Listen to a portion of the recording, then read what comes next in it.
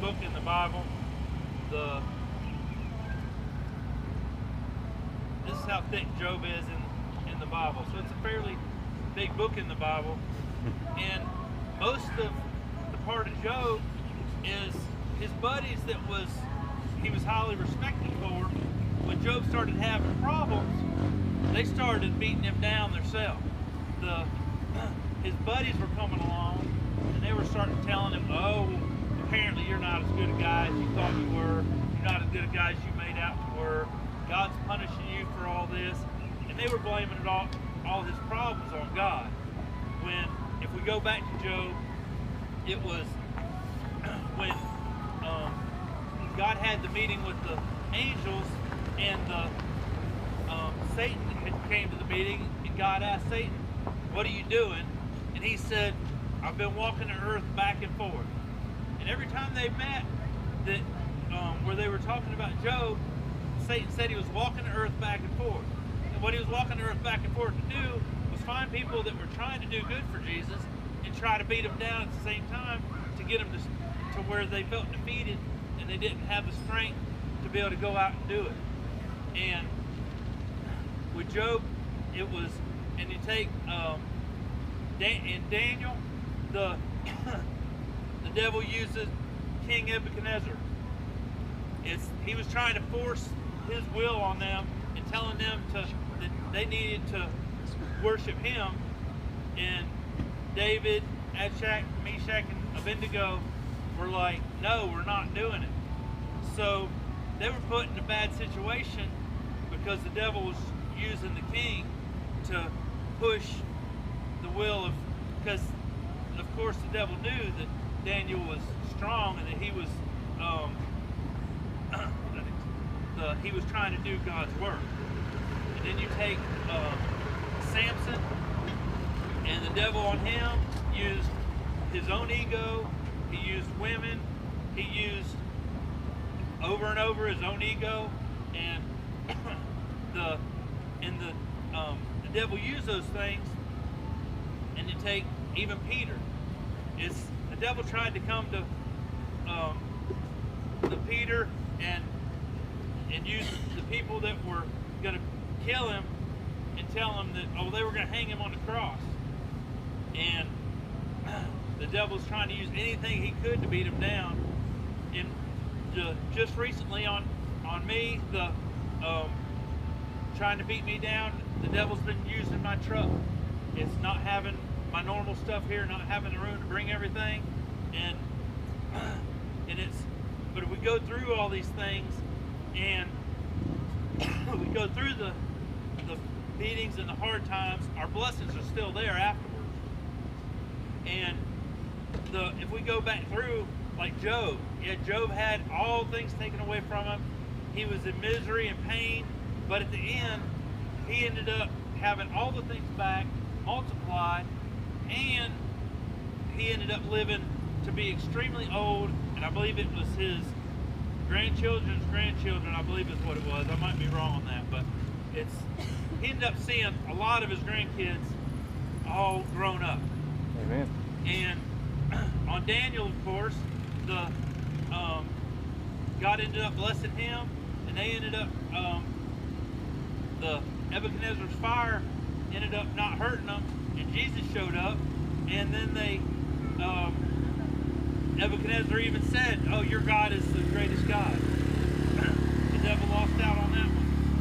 The one I skipped was on Jesus. Satan himself tried to use the punishment that he knew Jesus was going to have to take, and what Jesus knew he was going to have to take. Satan tried to come into him and tell him, "Oh, you don't need to do that. If you don't do that, then I'll give you all these things, and everything will, and you won't have to go through that suffering." Well, we see Jesus went ahead and went through with it and took his beating, and he went through the hard times. And for us to be able to have the option of grace in our life, to be able to be forgiven. Samson, even though he went through everything, he still ended up killing the amount of soldiers that he was supposed to, even after everything looked like it had went wrong in his life, he still ended up doing what his purpose was to come. Peter, his was, even though they thought, well, we're going to put you on the cross just like Jesus was, Peter was strong enough to say, no, put me on it upside down. And he ended up dying with dignity and proving a point that Jesus was who he was and that he wasn't even worthy enough to be hung on the cross the same way as Jesus was. And with me, I've been battling with trying to get up the money for my truck.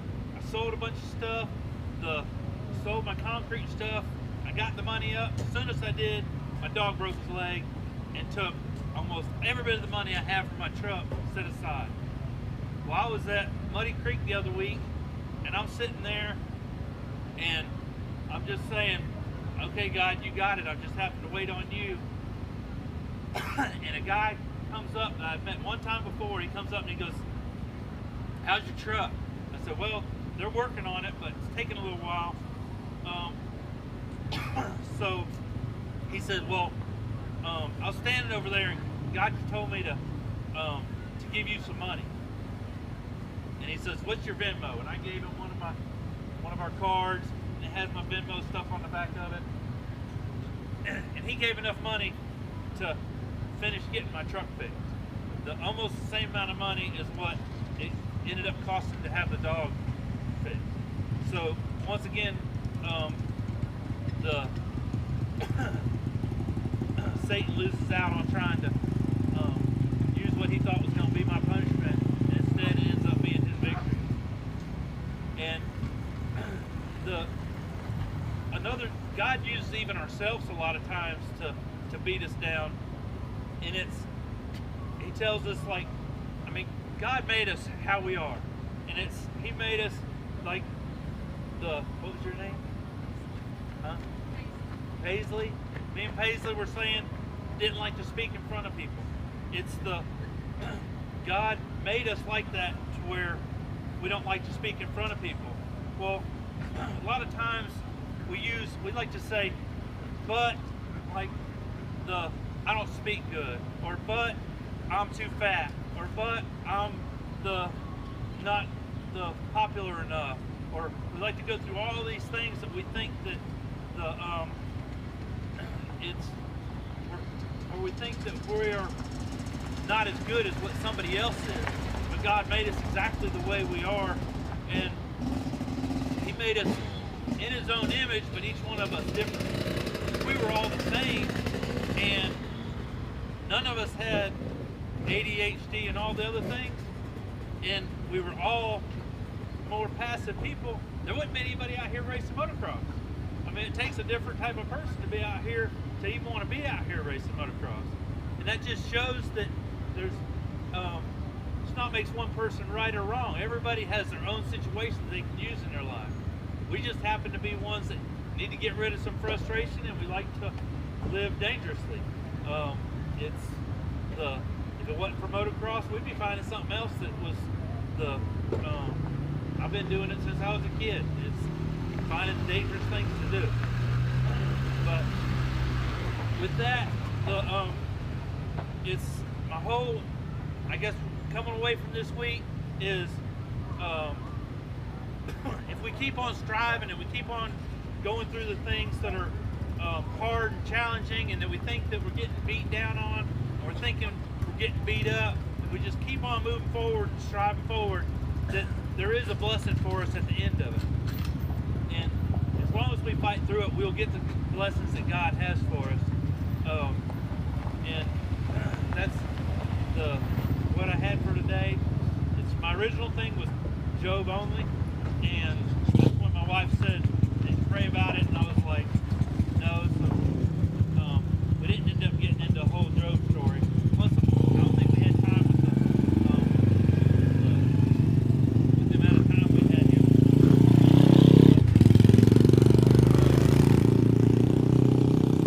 You want to close with the prayer, Mike? All right. Dear Lord, we come to you today. Come the Lord, glory, and with everything